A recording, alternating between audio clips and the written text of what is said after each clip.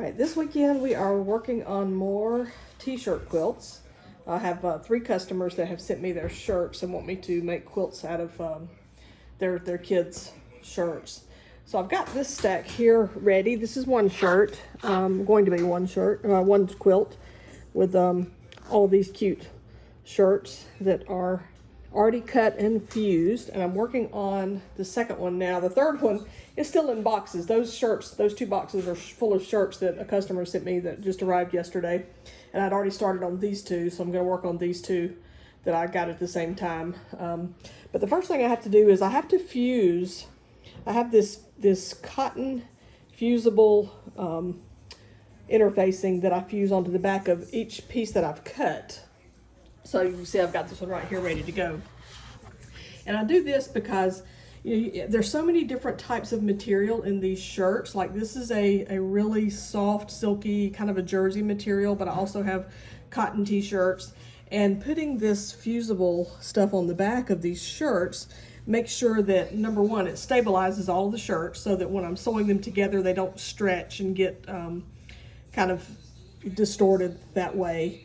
And it also gives them some stability because this is not the final cut. I cut all of these pieces a little bit larger than what I'm going to need them, and then I'll go back and recut these to the final size they're going to be as they go into the shirt. So putting the stabilizer on the back before I make those final cuts makes sure that nothing frays and nothing gets messed up in that. So I'll start out with a cloth to protect both the shirt and my iron from this hot heat, and then you just have to place the iron in each section of the shirt for about 8 or 10 seconds. And I do front and back, so it's okay if I don't do like a full 10 seconds. I try to make sure everything is good and fused, but if I see there's a spot where it's not fused and it starts coming up, then I can just go back and re-iron it.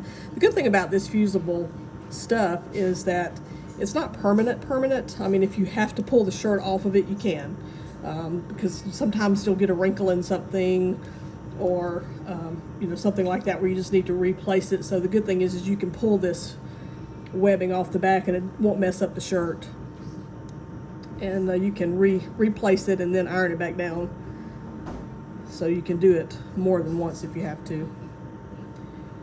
So, and there's 2 different kinds of fusible material that I have. This one is actually a cotton material that has a sticky stuff on the side that I'm fusing down, and then I also have some that's paper. They both work just as well, except with this cotton backing. When I get ready to fuse down the other side of it, I don't really have to have the pressing cloth, but if I'm using the paper backed ones, that one I have to put the cloth back over it before I iron it, because it will melt on my iron, and we don't want a mess on the iron.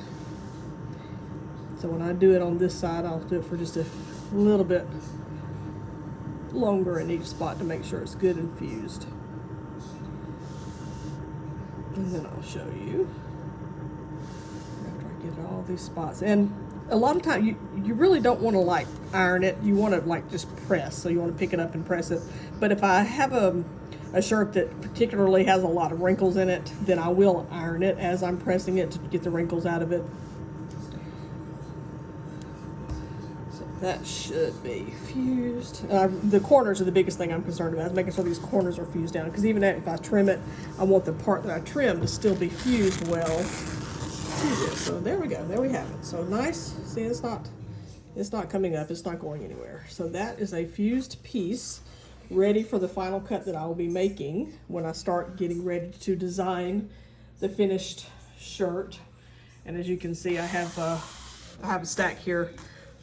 These are all the ones I've already fused that I'm starting, and because I'm doing 2 separate shirts, I'm trying to make sure I keep everything separate so that I don't mix up someone's shirts with somebody else's shirts. That would be a problem for them and for me. so I am making sure I work and keep all my stacks separate. So this is the current stack that I'm working on that goes with these shirts, and that stack over there that I've already finished is a separate shirt. So that's what I'm doing today.